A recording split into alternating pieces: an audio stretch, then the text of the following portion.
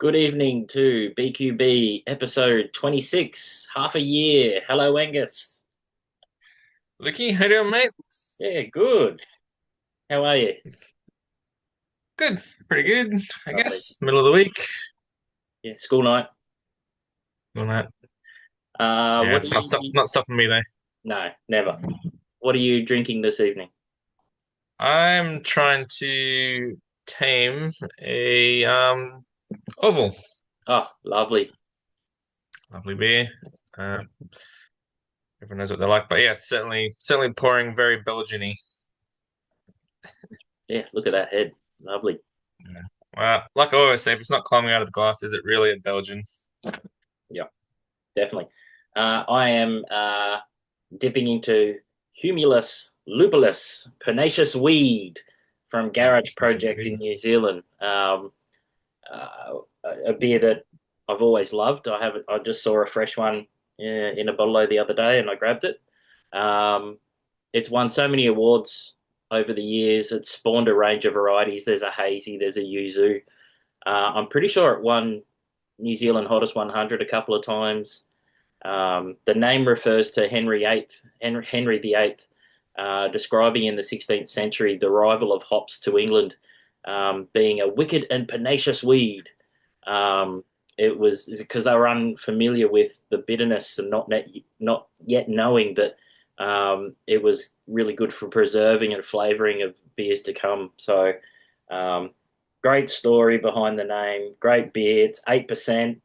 Nelson Sauvin, Raquel hops, um, piney, danky, like a like a like an IPA really should be. Yeah, it's a cracker and it's always worth grabbing some. How's your Belgian? Good. Um, Really nice aroma. It's a little bit bready, as is it should be expected. What am I going to describe the bread aroma as?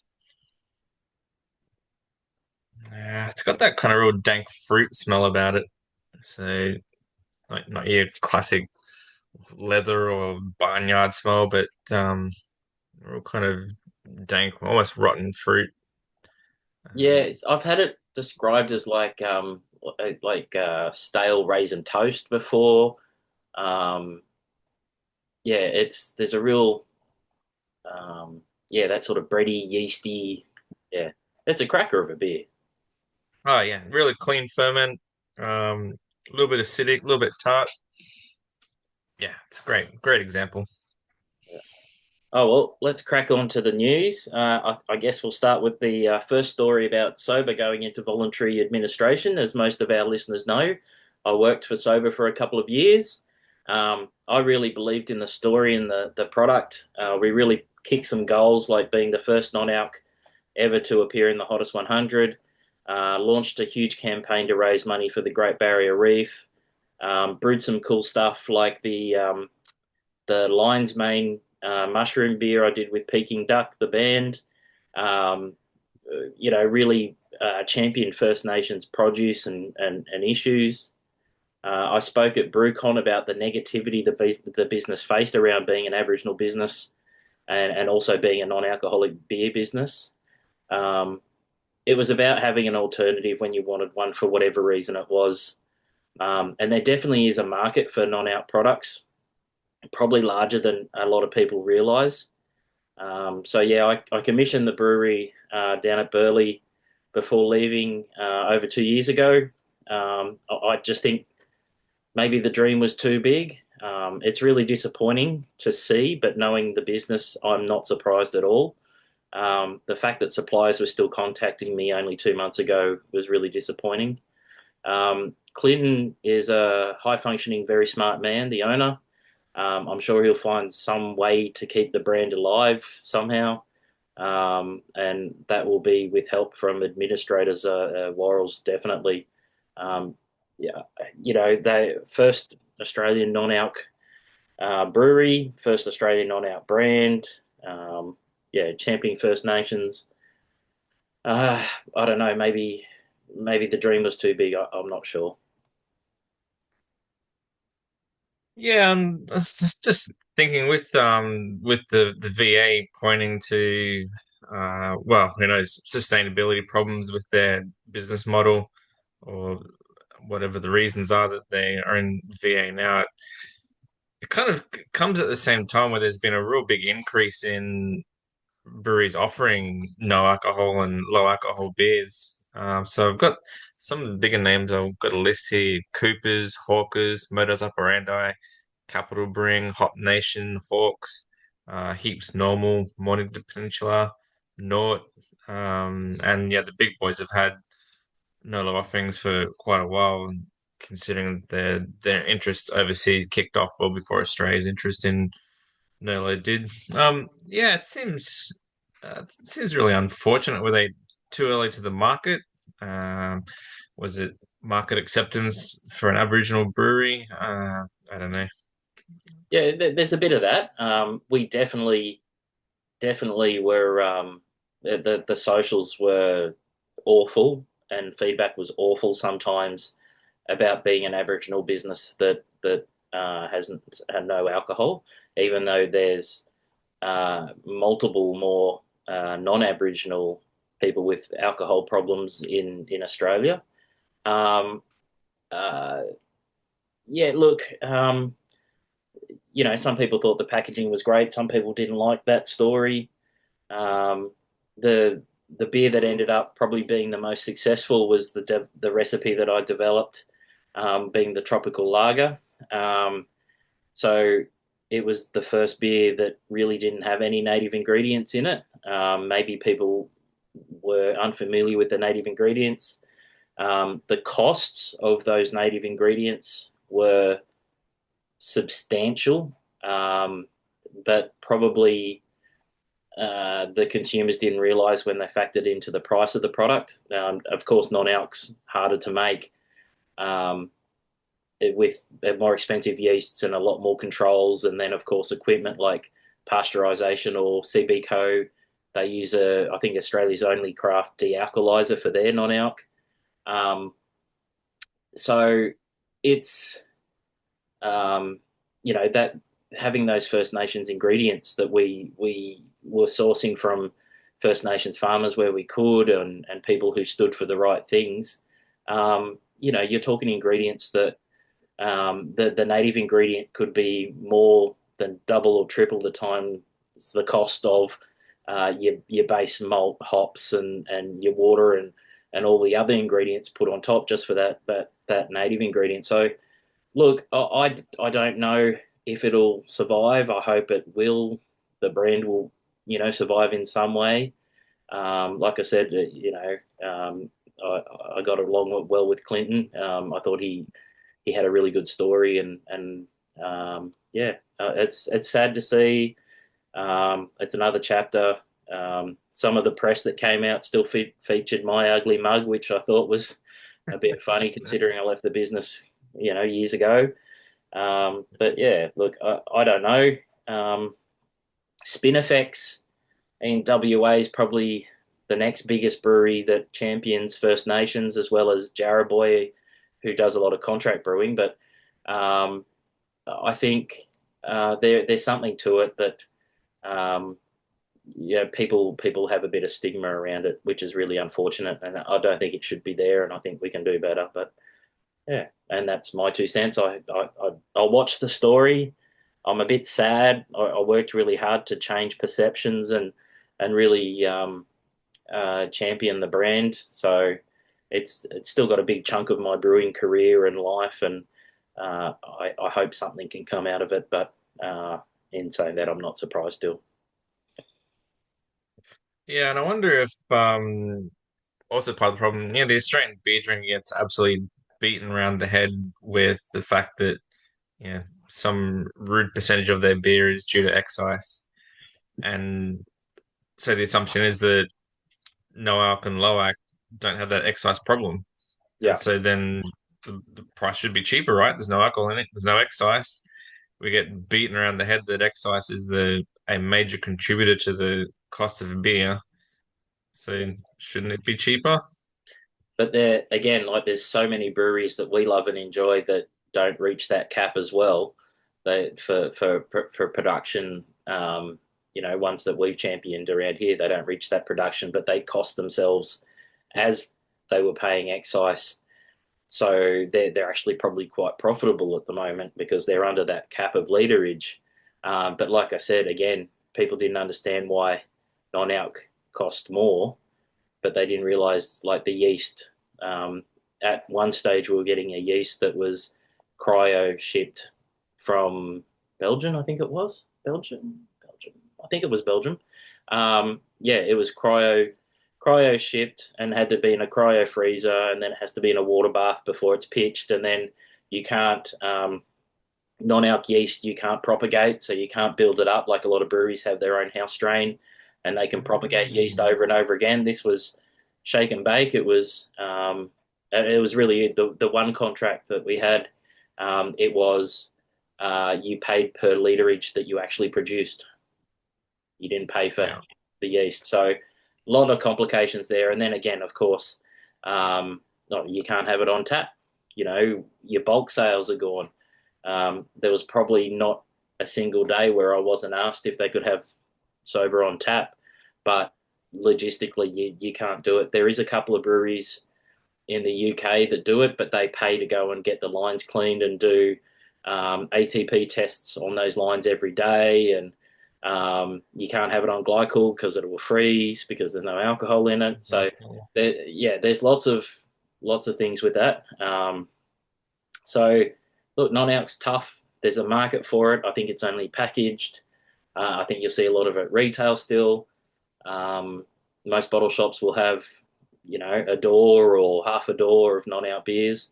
And I think that will continue. There's more non-alc wines coming out. There's non-alc spirits have sort of died off a bit, but there are non-alc spirit alternatives for people. Um, so yeah, look, it's a watch this space, I guess. Hmm. All right, interesting. All right, let's move on. Alrighty, yeah. So you had it was about an interesting beer about various beer comps this year and the styles that have won. Yeah, Sydney Royal Easter Show or Sydney Royal Beer Awards finished up on the weekend. So yeah, it's been interesting styles of beer this year for the various beer awards around the country. Slipstream's Classic Saison took out Best of Show at the Queensland Beer Awards earlier this year. Wedgetail Brewing's Dark Lager won beer Best of Show at the Avers, and last weekend Sunday Road Brewing's Après Ski Bavarian Hefeweizen Wheat Beer took out Best of Show at the Sydney Beer and Cider Show. So some interesting styles in there. Not your normal styles you'd figure would be chosen. Seems that no one told Perth Beer was what was going on, as they decided to be boring and awarded Best of Show to Gage Road's In the Pines IPA. South Australian Beer Awards was similarly uninformed, as ironically Eclectic Brewing won Best of Show with their Mosaic Theory IPA. So I thought that was kind of ironic. Yeah. And a surprise to absolutely no one, the World Beer Awards placed American style beers in the top 45 places. Uh, just add hops, it's a new American style. And I thought it's funny, the Wikipedia description, because I hadn't actually really read or knew much about the World Beer Awards. So I'll read the Wikipedia. The World Beer Cup is an international beer competition organized by the Brewers Association, a trade group representing America's small and independent craft brewers. It is the largest competition of the beer industry and has been described as the Olympics of beer. According to AmericanCraftBeer.com, winning a World Beer Cup is like winning a Grammy or an Oscar. Uh, kind of, kind of sounds like World Series baseball to me. Yeah. that's, that's the vibe I'm getting, particularly when Grammys and Oscars are both American as well. So, Yeah, very much so. Yeah. but yeah, it's cool that yeah, for us as craft beer nerds, probably not new beer styles, but for people that are outside the craft nerds world, it'd be interesting for them to see that saison was best of show, and dark lager and a Hefeweizen, and some styles that are not commonly thrown across the taps in Australian pubs. Yeah, I think it's a credit to the Australian brewers who have entered those beers.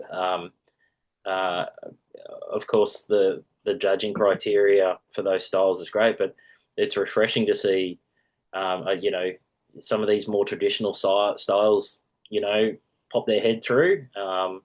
But it is definitely a wave of the so-called craft beer boom is over well and truly, I believe, and we're all consolidating and going back to craft lagers and more traditional styles. And I think it's really good. The haze craze is finished in Australia, I believe.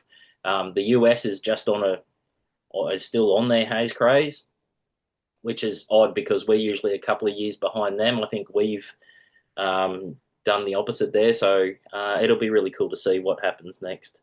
And in happening, what's next? Queensland breweries Black Flag and White Lies have formed a new partnership, which will see them pouring each other's products and selling their merch at respective venues, and creating a series of joint events together. So, probably the two loosest breweries in southeast Queensland, and I mean that from a loving place. Um, Great people, Lee McAllister Smiley and Steve Barber, CEOs and founders respectively of White Lies and Black Flag. Um, you know, Great breweries, multiple venues, so it's what, four venues between them. Um, Music is around what they do, graffiti and punk art and everything like that. It really makes a lot of sense for these two businesses to come together. But it also means that White Lies beers will be poured and sold and packaged, sold and everything up in the Sunshine Coast, and it gives Black Flag a foothold down in Brizzy and where they were trying to do and tap takeovers and packaging and everything like that as well. It's a really cool partnership. It's not a consolidation. It's not it's just more of a partnership between the two brands, and I think it's really good. And I think they're two brands that are a match made in heaven instead of competing against each other. I think it's a really good idea, and I think there'll be benefits for both. Yeah, it really makes sense for those two to partner. So, yeah, I've known Lee for quite a few years with the Queensland Beer Awards, and he is indeed a loose unit. Um, haven't I don't recall meeting Steve, but Yep. uh, yeah, it kind of makes sense that those two would join up. So went to last time I was up at Sunshine Coast for staff weekend. We ended up going to Black Flag Brewing, and yeah, there's a lot of similarities between the two businesses and marketing and kind of a approach to the beers and beer names and styles and that sort of thing. So yeah, it makes a lot of sense to kind of it gives them both an easy opportunity to get their name out in a different market where it would cost them a lot more or it'd be harder to kind of crack taps open. So yeah, it makes a lot of sense. Yeah, Black Flag have been in trouble for a few of their beer names, but they're the sort of brand that brings a half pipe to Gabs and music events. I could just see like a festival or something. We were talking a few weeks ago about White Lies, blasting music when they're brewing to make the beers better, and Black Flag often have concerts in their car park and the beer. I remember a couple of years ago from Gabs was not here to fuck spiders. It was 18.1% that they had. It was a hell of a beer, um, but it was a big multi beer, that's for sure. But look, I'm really happy. I think both brands. I think it's an alignment that makes sense. So um, Yep. Yeah. when I was looking for Panacious, I was looking for some more fest beers because we've been talking about them a bit, and I was looking at indie bottle shops, and there's not too many there. And I was talking to the people, and they said, "Well, there's a couple coming, but there's not much on the scale in bottle shops this year." Apparently, a lot of the breweries that are doing fest beers are just keeping them in the brewery, doing them tap only, not really selling them wholesale. So I think everyone's sort of scaled back a bit this year, which is a bit disappointing. I really thought there was a bit of a wave of fest beers coming, but by the sound of it, it's either I'm too early and or there's not too much going wholesale. Well, it's not strictly October yet, so But Oktoberfest starts in September. You got to learn yeah. this. Yeah. um, Wayward equipment up for sale. So, answering the question from a few episodes ago, the remaining Wayward brewing equipment is up for sale. It's going to auction from the Misfit Tap Room, which took over the space. Obviously, they're not using the equipment, so the social brewers must be the venture's only brew house because it was two contract brewers and social brewers. So that sort of answers that question that we had a couple of weeks ago.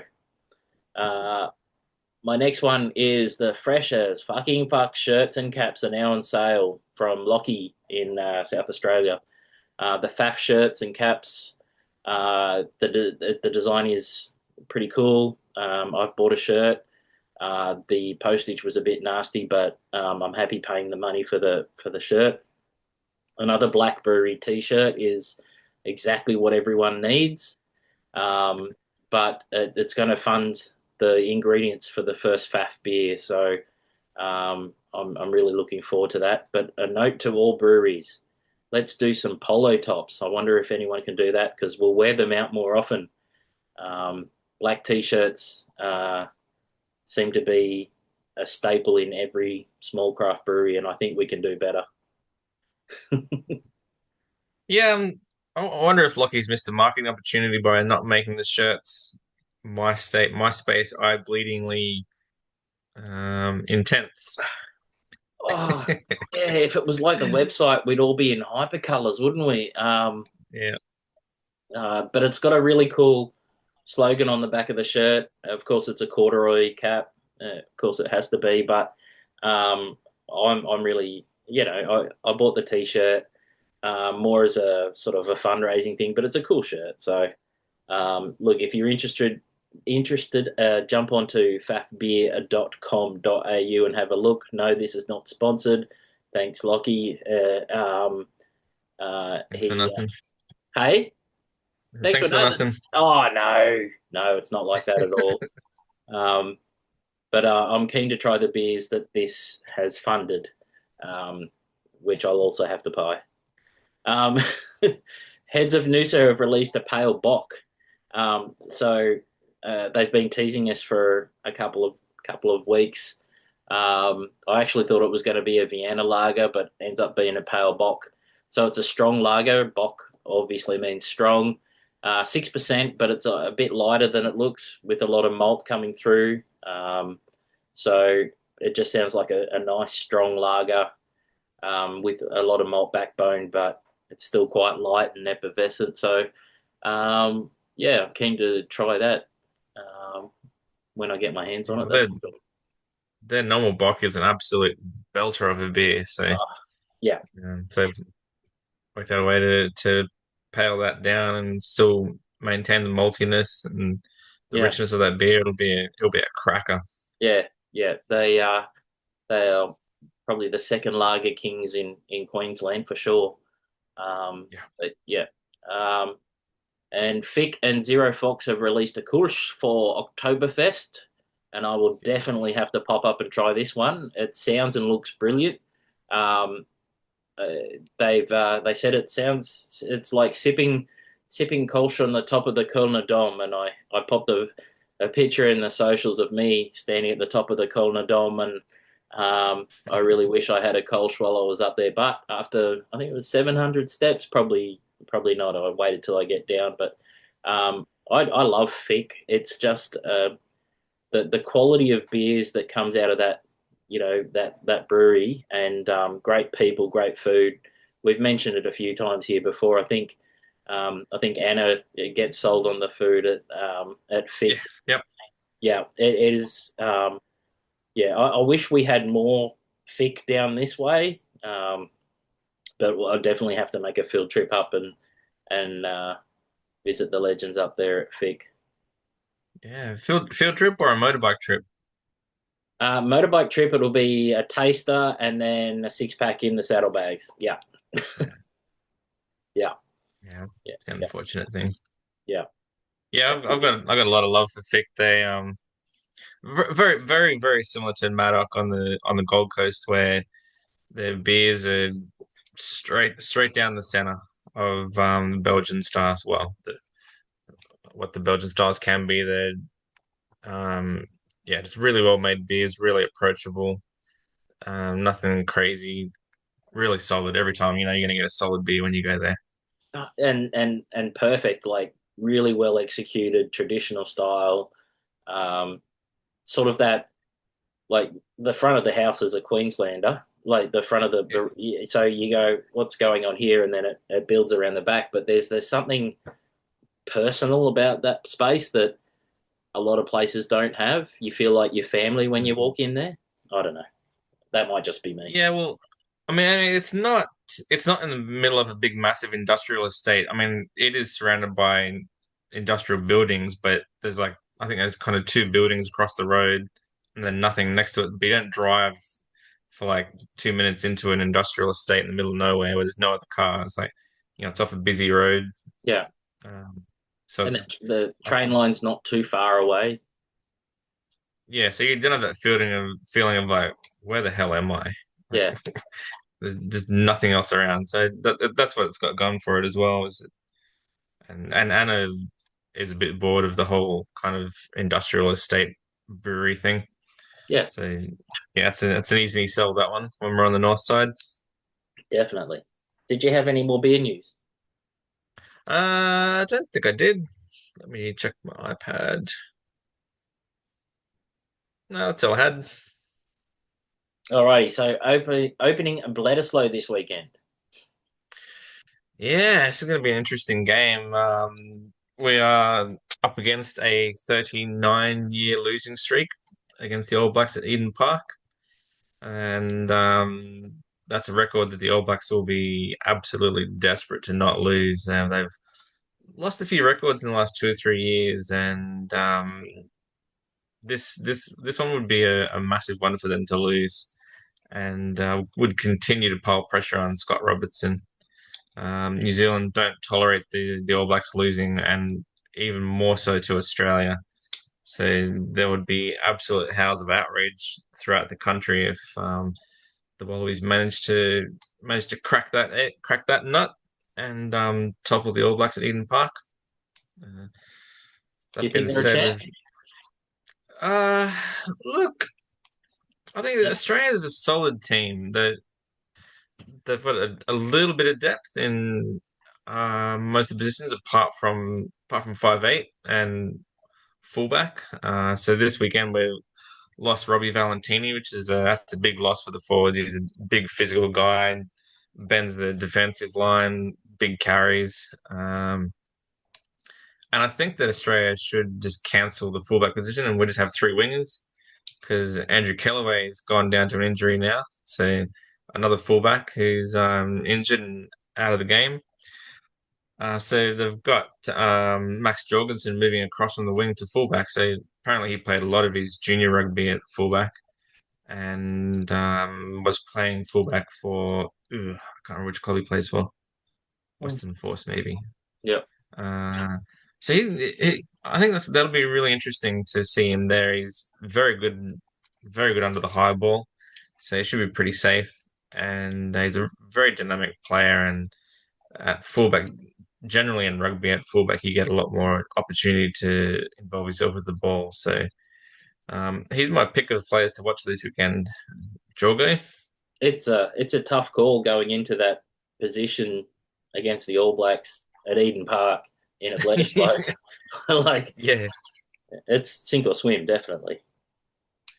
yeah. Look, I think like he's absolutely fearless.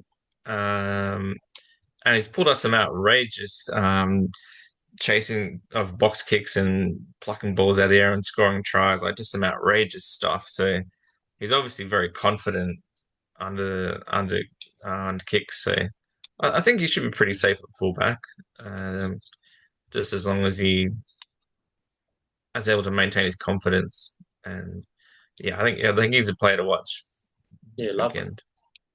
I had the AFL Grand Final this Saturday. I think Brisbane will take out the aerial ping pong. I still don't think Snoop Dogg is the best pick. However, Baker Boy definitely is. I think there's enough talent in Australia for halftime entertainment. I don't see why they need to bring in these overseas artists and the ludicrous expenses that they do.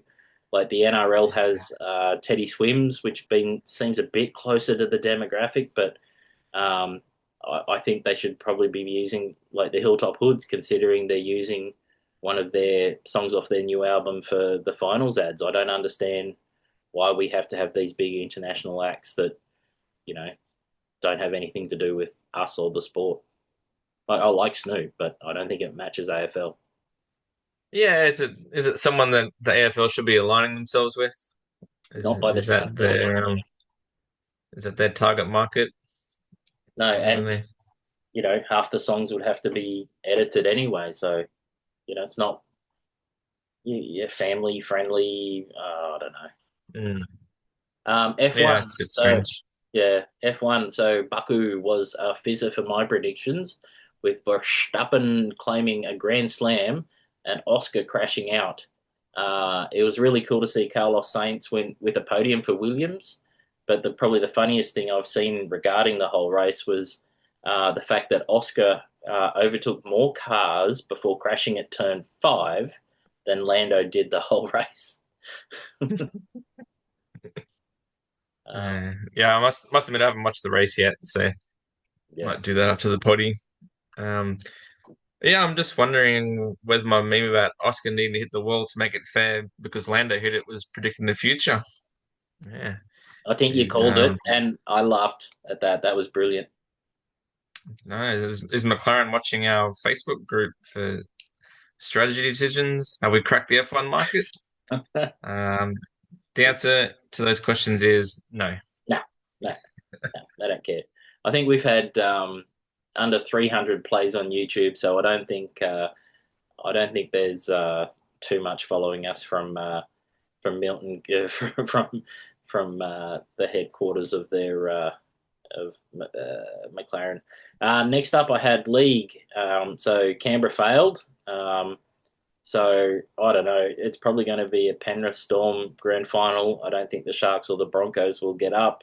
Um, but I also wanted Canberra to take the whole thing out. So my predictions have been a bit shit this year. So um, who knows with that?